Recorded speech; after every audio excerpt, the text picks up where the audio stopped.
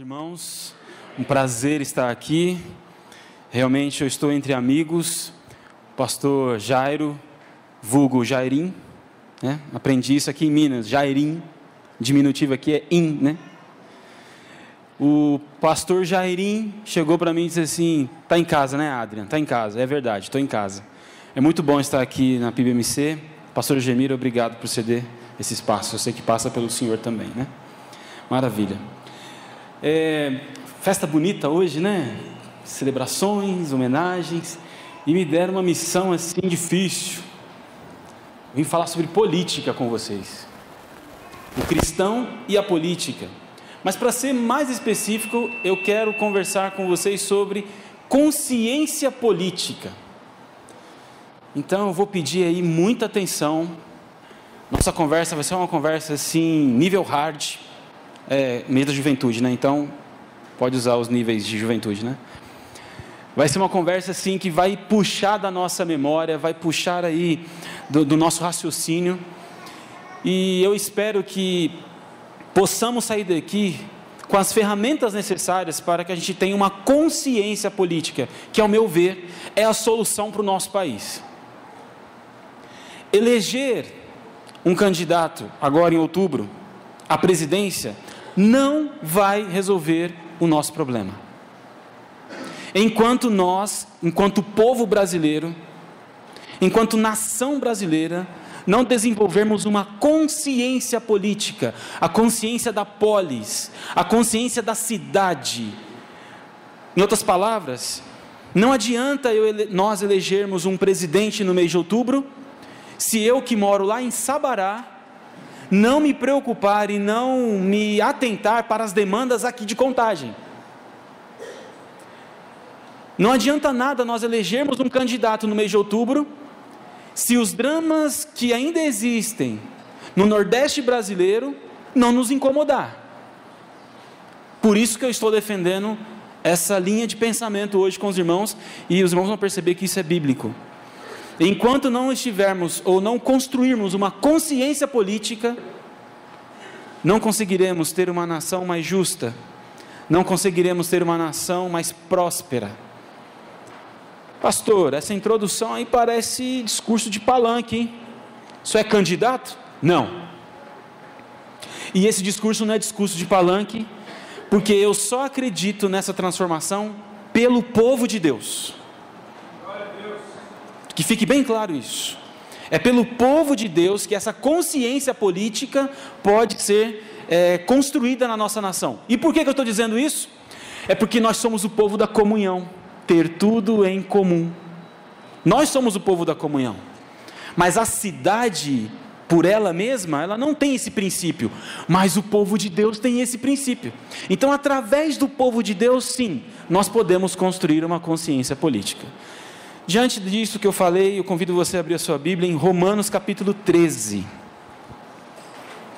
Vamos começar com esse texto. Vários textos serão lidos aqui. Se você puder me acompanhar, eu agradeço, porque eu quero muito que a palavra fale ao seu coração mais do que as minhas palavras aqui. Romanos 13. Nós vamos ler do verso 1 ao verso 7. Vamos começar apenas com esse texto.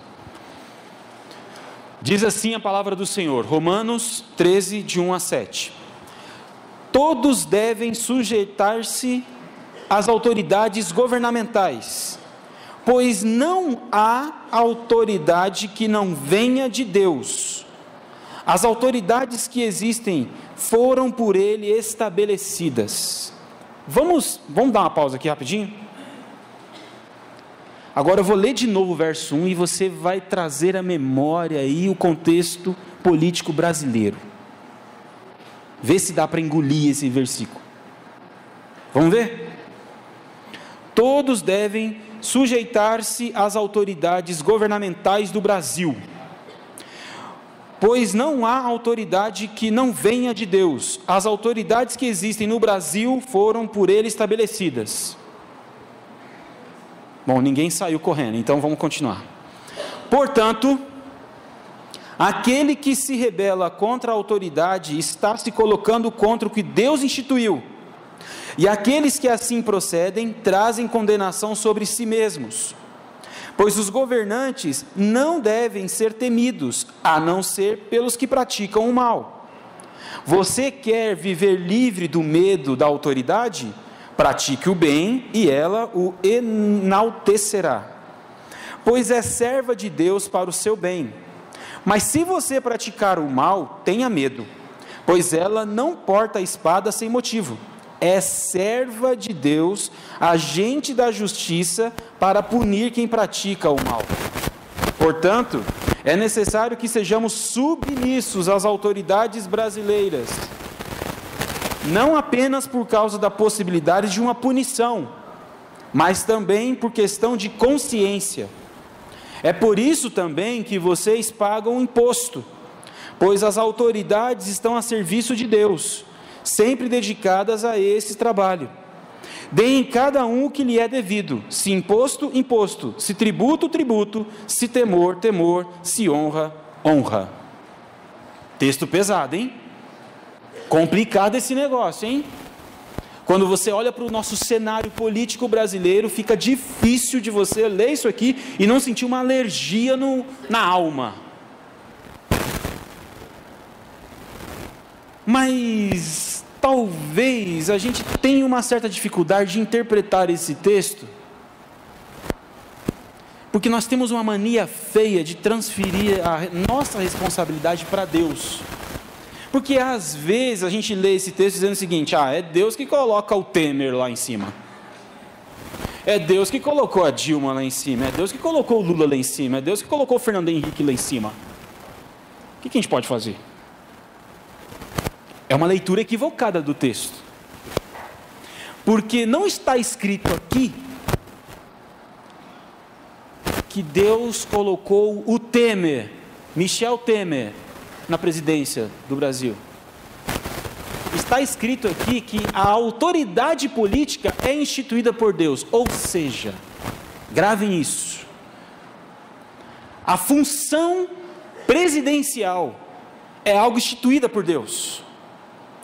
Quem vai ocupar esse espaço é a nossa responsabilidade. Quem elege o presidente é o povo brasileiro.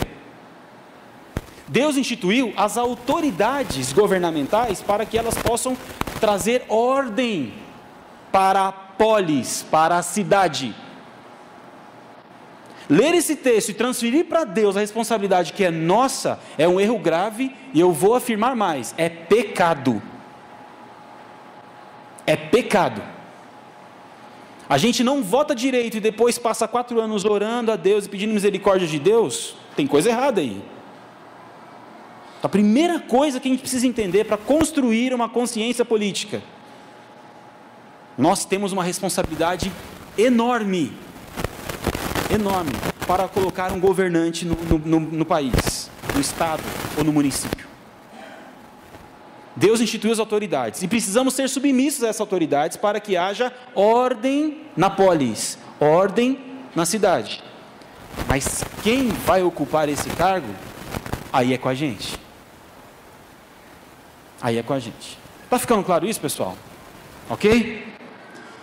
Quando você entende que o apóstolo Paulo está falando das autoridades e não da pessoa específica, você percebe como o texto ele tem tudo a ver com a gente? Porque imagine só o caos que seria se uma cidade não se submetesse às autoridades públicas. Imagine só se nós não precisamos ir para contextos sociais. Vá para a sua casa. Imagine só se não existe ordem na sua casa, quando o pai ou a mãe chega para o filho e diz assim: basta, acabou, chega, limite, autoridade. Eu sei que infelizmente nós temos famílias que não têm autoridade dentro de casa, e aí vira uma salada lá em casa, um caos. Mas eu estou falando do plano ideal de Deus. Quando nós temos autoridade dentro de casa, nós impomos limites, e é importante para a sobrevivência da família. Aplica isso agora para a cidade. A mesma coisa. Precisamos nos submeter às autoridades. E porque nós vamos nos submeter a essas autoridades, nós temos o dever de escolher bem essas autoridades. Ao longo da história, e aqui eu vou trazer algumas informações históricas, como eu disse, eu ia puxar um pouco da memória aí de vocês. Ao longo da história, a leitura equivocada de Romanos 13 trouxe alguns prejuízos. Por exemplo, nazismo, Hitler, Segunda Guerra Mundial. A igreja protestante reformada da época na Alemanha apoiou Hitler, lendo Romanos 13, considerando Hitler uma autoridade instituída por Deus. Surge um teólogo, pastor, chamado Dietrich Bonhoeffer, um teólogo que eu gosto muito. E ele participa de um movimento que coloca o dedo na ferida do governo de Hitler da época. E aí surge uma outra igreja, chamada Igreja Confessante. Uma igreja que não se vendeu ao sistema, uma igreja que entendeu Romanos 13. Mas você sabe o estrago que foi a Segunda Guerra Mundial e as atrocidades que Hitler cometeu junto com seus liderados. Tudo por quê? Muitos cristãos se omitiram com uma leitura equivocada de Romanos 13. Um outro exemplo da história está na África do Sul, o Apartheid. Já ouviu falar? Nelson Mandela. Já ouviu falar de Nelson Mandela? Então, segregação racial. Uma minoria branca separando os negros, oprimindo os negros da África do Sul.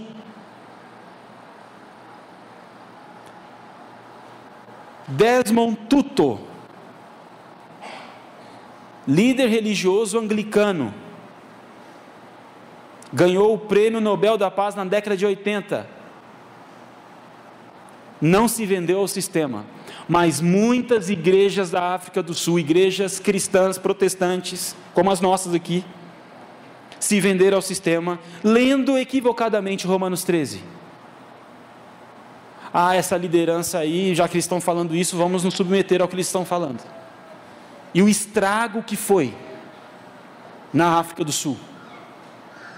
A África do Sul é marcada por muito sangue inocente, porque o povo de Deus se omitiu. Eu estou dando exemplo recente, hein? Estou dando exemplo recente.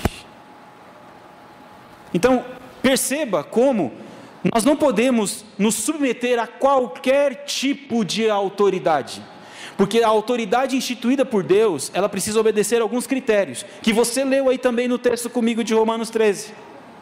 O primeiro critério: o líder deve promover o bem. Esse líder governamental, esse governador, seja ele quem for, ele precisa ter como critério número 1, promover o bem para a polis, para a comunidade, para a cidade, para o país. Líderes religiosos que dão privilégios para segmentos e não para a população, são líderes políticos, perigosos. Perigosos. Como pastor, acredito que o pastor Egemiro passe por isso também. Recebo no meu celular ou no meu e-mail vários convites de candidatos a cargos públicos. E alguns caem no erro gritante de tentar ganhar o meu voto, prometendo algumas benfeitorias para o povo evangélico. Pastor, eu sei que o senhor é evangélico e nós temos uma proposta aqui para os evangélicos. E não é sempre que eu tenho a oportunidade de dar a resposta para esses, até então, candidatos a algum cargo público. Mas a minha resposta é a seguinte: eu não quero saber o que você vai fazer para o pessoal evangélico. Eu quero saber o que você vai fazer para a comunidade brasileira, para o povo brasileiro. Que tipo de bem que você vai trazer para a comunidade brasileira? Essa é a temática. Essa é a temática. Olha, tem um povo lá no norte do país sofrendo. Tem um povo lá no nordeste. Não, mas você mora em Minas, você é no sudeste, é isso? Você está no sudeste. O que isso tem a ver? É Brasil, é nação.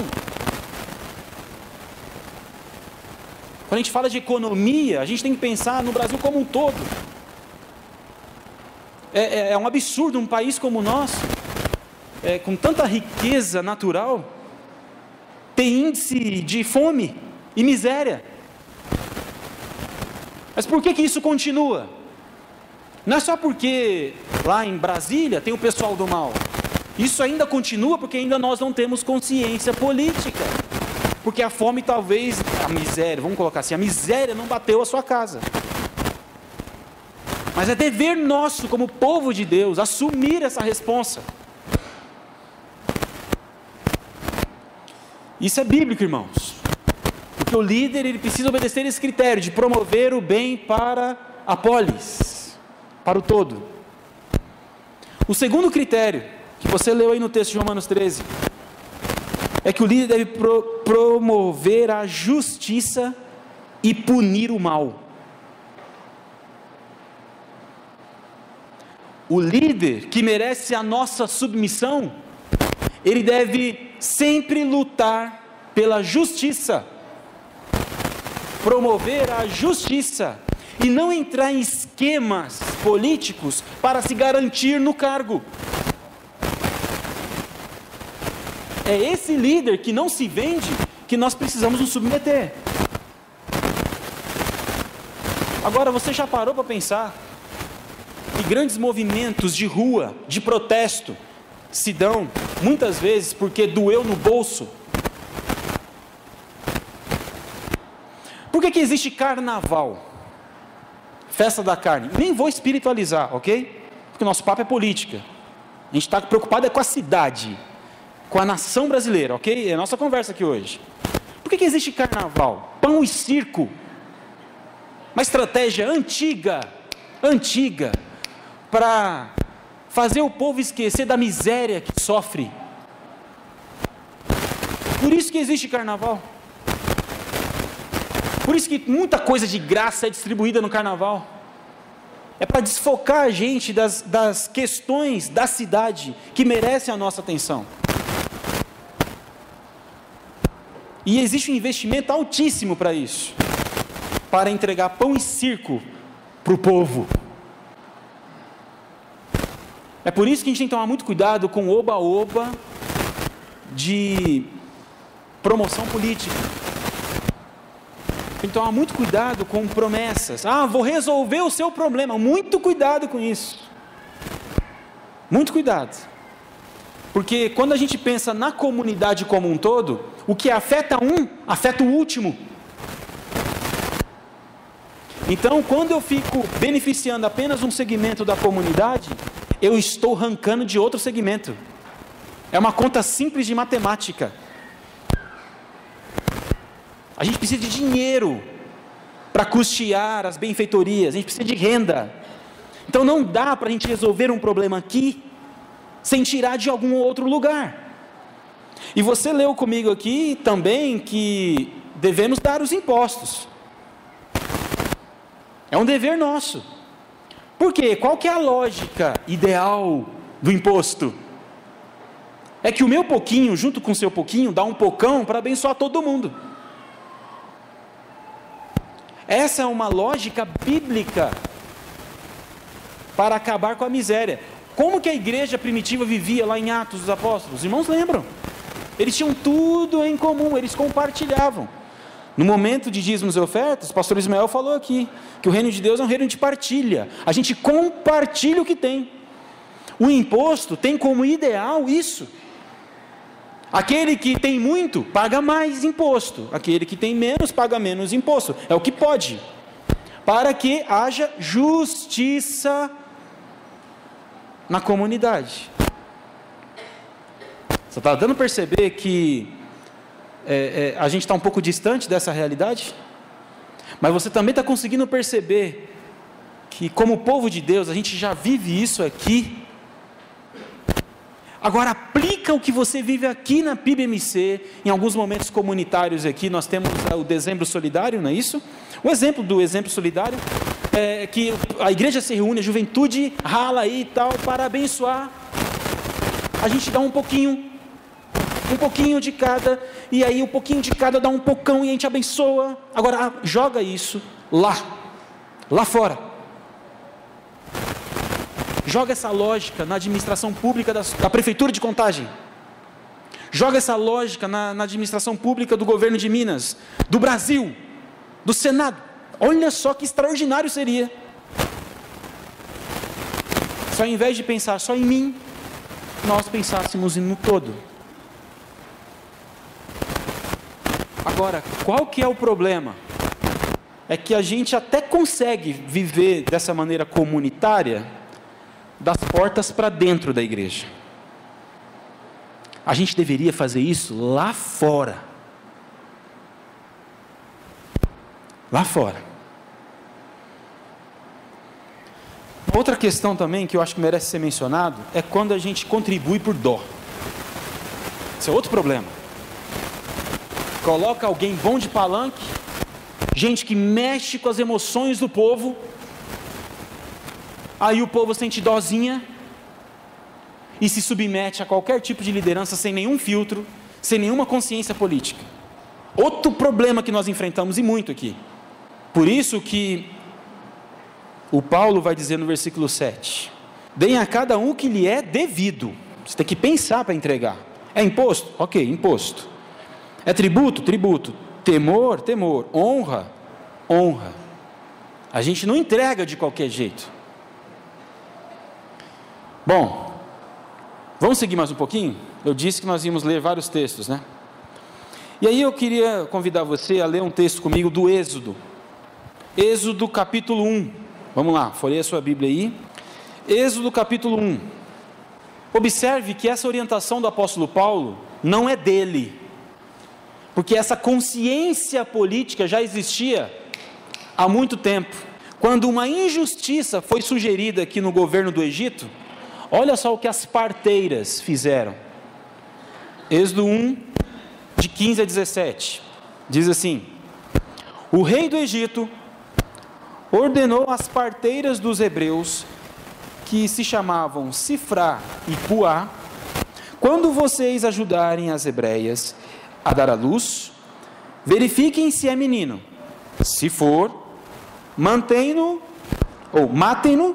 Se for menina, deixem-na viver. Até o 17, vamos lá, mais um. Todavia, as parteiras temeram a Deus e não obedeceram às ordens do rei do Egito. Deixaram viver os meninos. Elas não obedeceram uma ordem governamental. Por quê? Porque isso feriu um princípio. Feriu um princípio. O rei do Egito disse: mata todos os meninos que nascerem do ventre das hebreias. As parteiras não aceitaram, não se submeteram, mas elas não fazem um movimento depois para destronar o rei. Não é uma oportunidade para fazer bagunça na rua. Não é uma oportunidade para fazer barulho só por fazer barulho. É uma oportunidade para dizer: senhor rei, isso não é justo. Isso não é justo, senhor rei. Vamos aplicar para o nosso contexto político? Isso não é justo, senhor presidente. Esse é um exemplo. Mais um exemplo, leia comigo aí. 1 Reis, primeiro livro dos reis. Esse aqui é interessante. O profeta Elias, como é que diz a juventude? Foi de voadora para cima do Acabe. 1 Reis 18, muito bom você acompanhar comigo esses textos, para você perceber que essa consciência política é importante para a construção de uma boa sociedade. 1 Reis, capítulo 18, versos 16 a 18, diz assim: então Obadias dirigiu-se a Acabe, passou-lhe a informação, e Acabe foi ao encontro de Elias. Quando viu Elias, disse-lhe: é você mesmo, Elias, o perturbador de Israel? Não tenho perturbado Israel, Elias respondeu, mas você e a família do seu pai têm. Vocês abandonaram os mandamentos do Senhor e seguiram os Balaíns. Olha só o que o rei fala para o profeta: você está fazendo muita bagunça aí, hein? Está falando demais, hein? Eu gosto é do povo omisso, silencioso, que deixa a injustiça correr solta. Mas você está incomodando. Aí o Elias: não, eu não estou incomodando nada, é você que está incomodando. É você que se vendeu a um sistema de deuses pagãos e está oprimindo o povo. E aí, se você continuar lendo a história, pelo menos na minha Bíblia tem até um título, Elias no Monte Carmelo.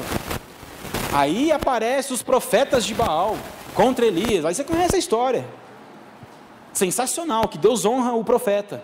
Só que é um, né? Contra vários. Nadar contra a maré é difícil. É complicado. A gente tem que pagar um preço. Por isso que alguns pagam o preço com a própria vida.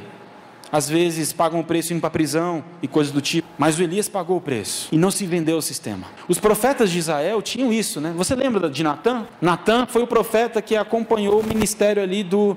O ministério, eu vou chamar de ministério para ser mais carinhoso, né? Mas acompanhou todo o governo do Davi, rei Davi. Quando Davi... Davi... Não, mas o Davi... O Davi é um homem segundo o coração de Deus. O Davi chegou lá e tem a aprovação de Deus, está tudo ok. A gente não precisa incomodar o rei Davi. Precisa sim, senhor.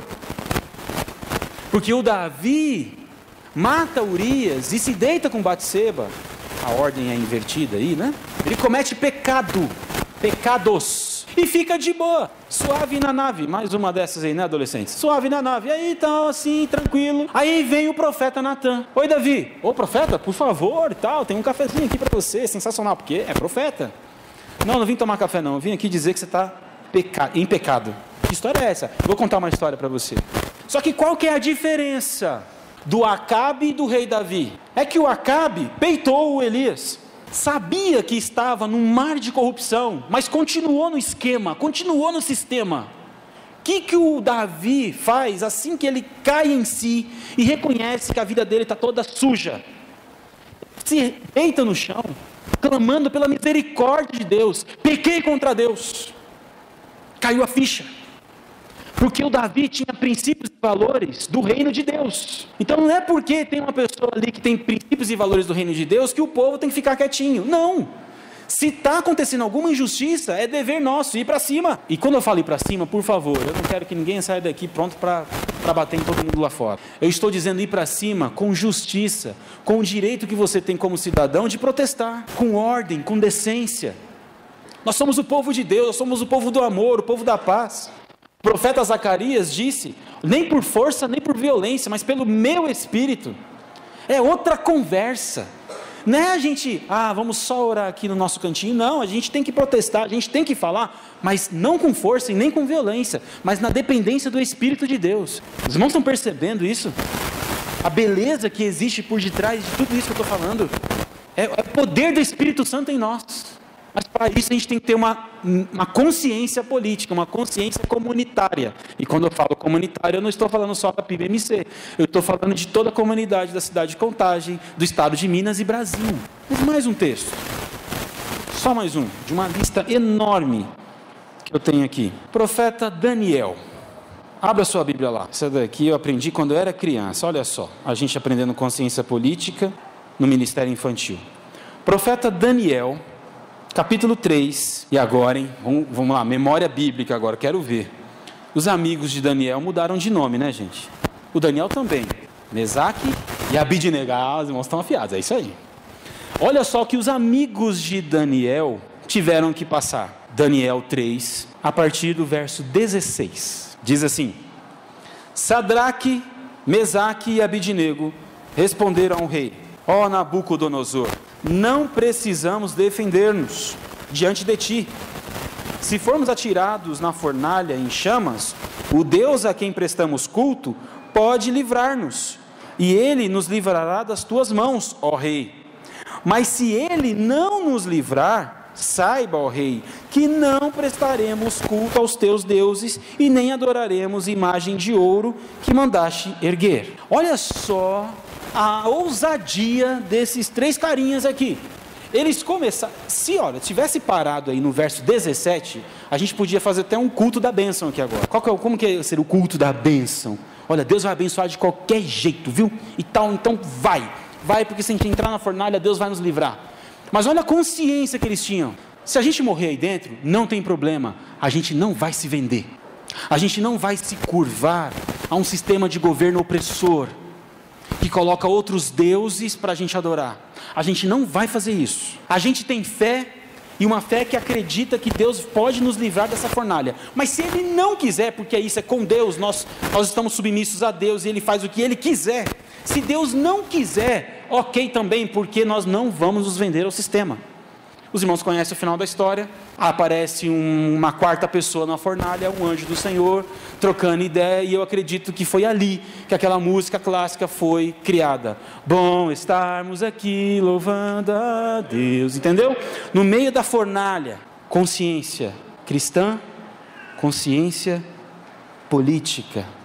Consciência cristã, consciência política. Se você está trabalhando e precisa se submeter a práticas indevidas, chega a hora de você rever isso.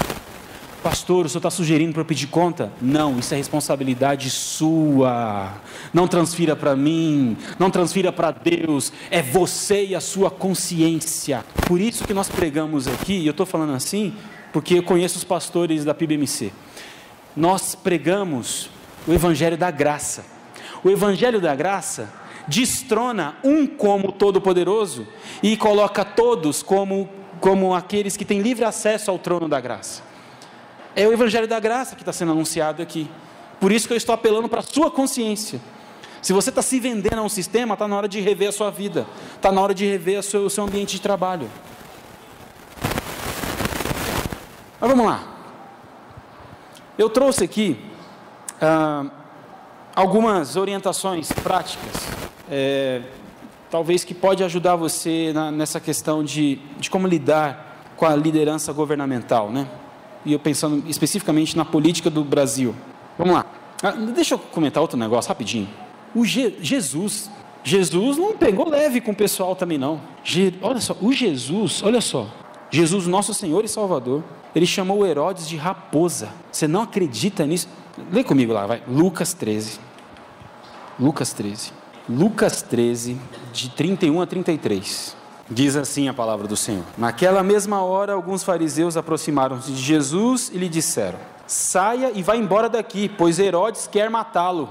Olha só o que acontece aqui. Tem um rei, tem um governador querendo matar Jesus. Resposta de Jesus, verso 32. Jesus respondeu: vão dizer àquela raposa o seguinte: expulsarei demônios e curarei o povo hoje e amanhã, e no terceiro dia estarei pronto. Mas preciso prosseguir hoje, amanhã e depois de amanhã, pois certamente nenhum profeta deve morrer fora de Jerusalém. Jesus está apontando aqui para o seu sacrifício na cruz. Ao terceiro dia ele vai ressuscitar, ok? Mas Jesus começa o discurso dizendo o seguinte: nenhum governante que se vendeu a um sistema corrupto vai me impedir de fazer aquilo que eu preciso fazer para o bem do mundo. Fantástico. Sabe por que eu e você estamos aqui hoje? É porque Jesus não se vendeu a um sistema político da época. Fantástico. Fantástico. Agora sim, vamos às orientações e vamos fechar. Primeiro, igreja e pastor não vota. Você sabia disso? Quem vota é o cidadão. Então o cidadão Carlos Adrian Ferreira da Silva vota.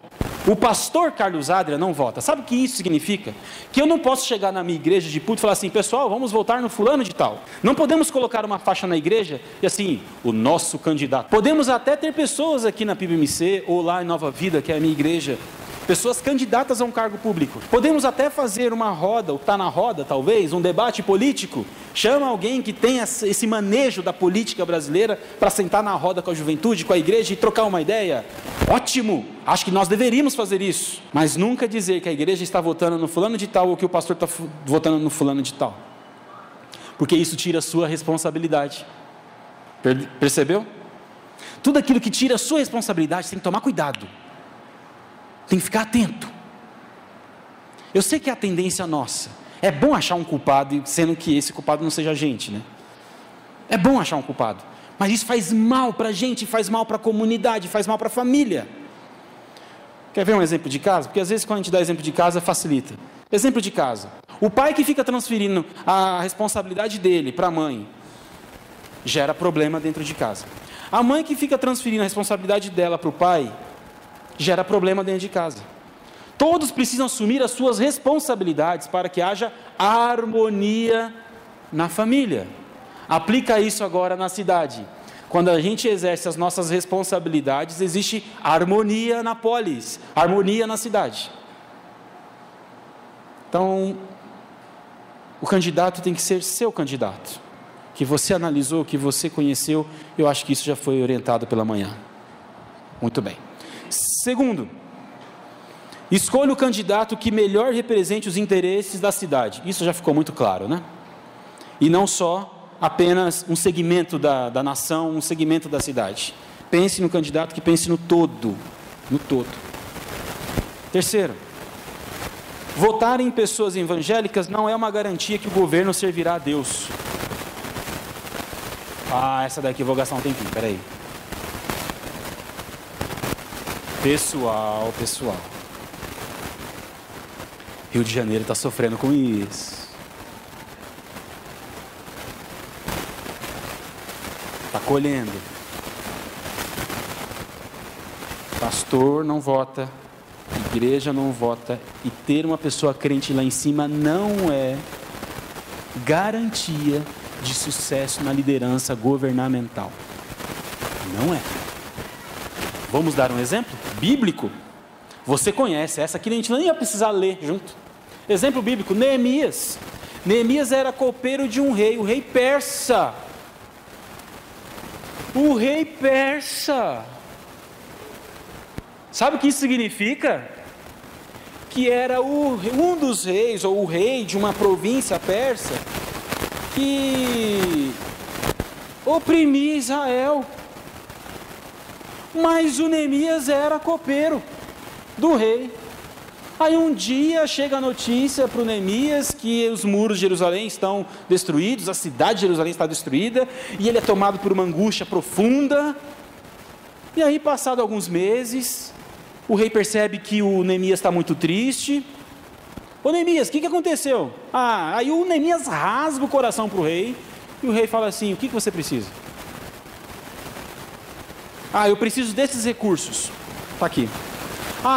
Senhor, eu preciso também de carta, de autorização para passar pelas fronteiras. Só me dá com a sua assinatura, com o seu carimbo, como se eu estivesse indo, ou melhor, como o senhor estivesse indo para lá? Claro, está aqui. E mais uma coisa, senhor, eu preciso de um exército. Claro, está aqui. Olha a justiça sendo feita por um rei incrédulo.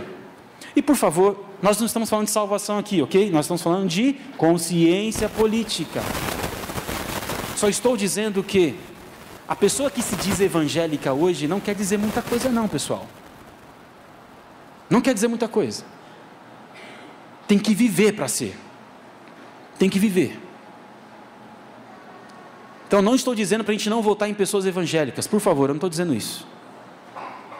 Mas se você votar na categoria religiosa do candidato, você não está votando num candidato que pode realmente fazer diferença no governo do país, ou no governo estadual.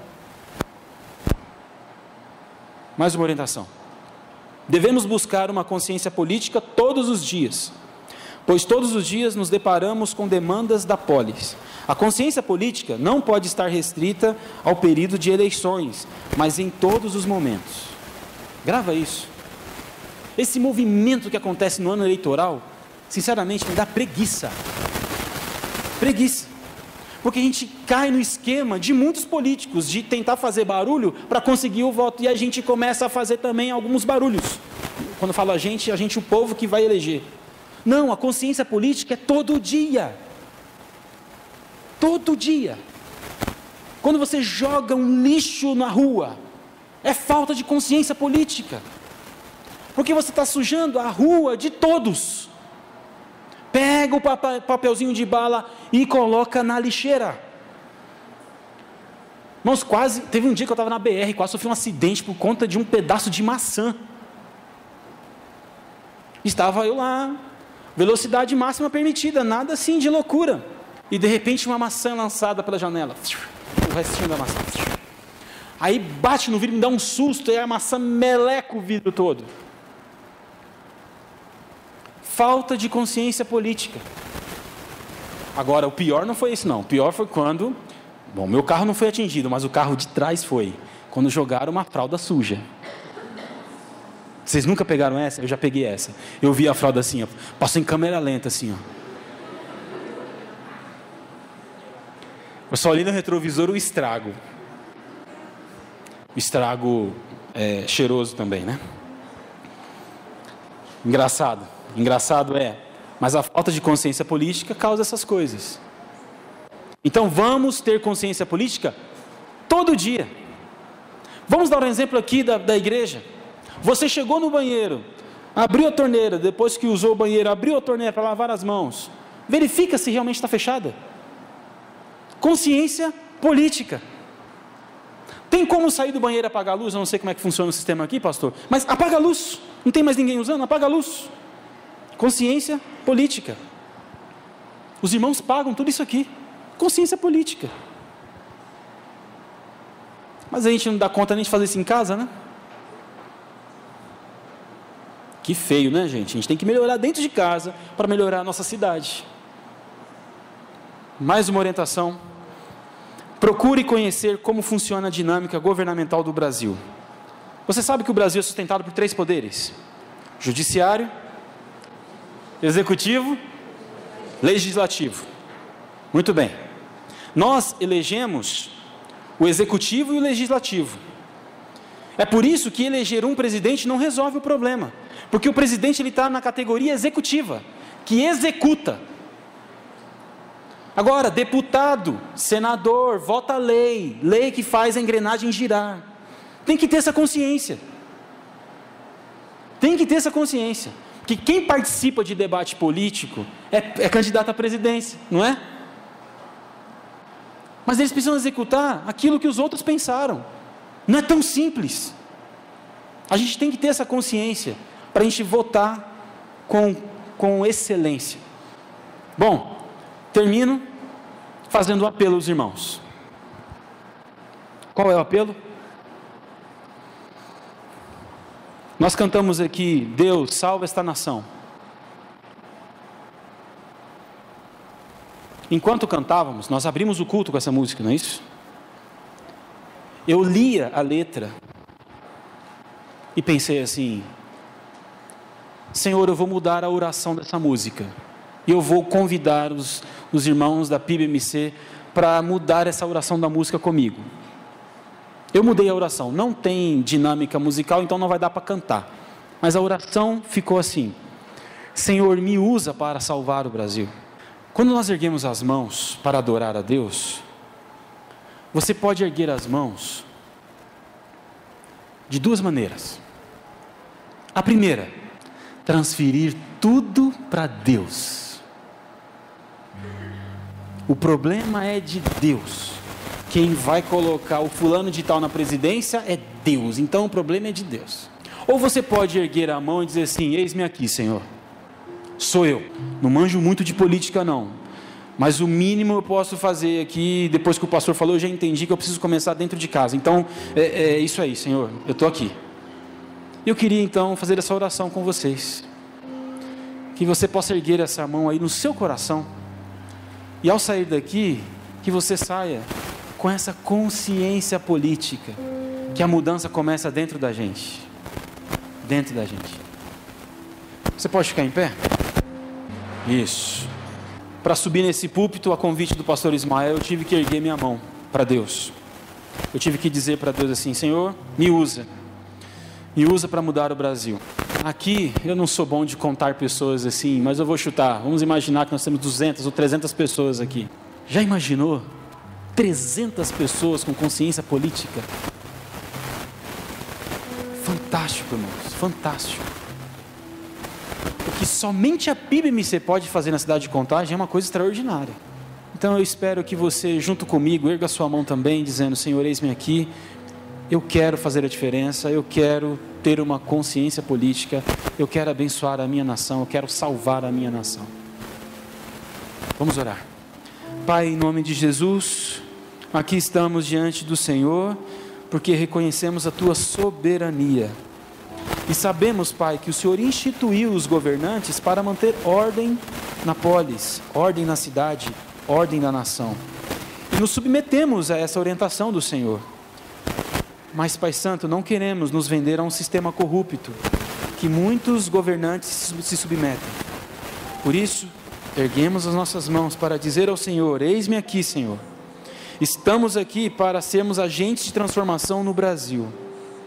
Nós cantamos aqui, salva esta nação, mas nós queremos que o Senhor salve essa nação através de nós, porque nós somos o teu povo, povo que não se curva a Baal, povo que não se submete à corrupção mundana, mas um povo que se derrama diante do Senhor, que se curva diante do Senhor. Pai Santo, obrigado. Obrigado porque essa juventude aqui da PBMC quis tratar desse assunto tão importante, tão relevante para o nosso tempo. Obrigado porque eu sei que isso já é algo que o Senhor está fazendo na vida dessa moçada. Mas agora, Pai, como amigo dessa igreja que sou, eu quero fazer um pedido ao Senhor muito especial. Que o Senhor faça mais do que incomodar, que o Senhor mobilize pessoas para fazer a diferença mesmo e mudar realidades. Nos ajude, Pai Santo, quando chegar as eleições, que o Senhor nos ajude também a escolher o melhor candidato, o candidato que pensa no todo, pensa naqueles que pensam como a gente e que pensa naqueles que não pensam como a gente. Nos ajude, Pai, a termos uma consciência política, em nome de Jesus. Amém. Graças a Deus. Amém.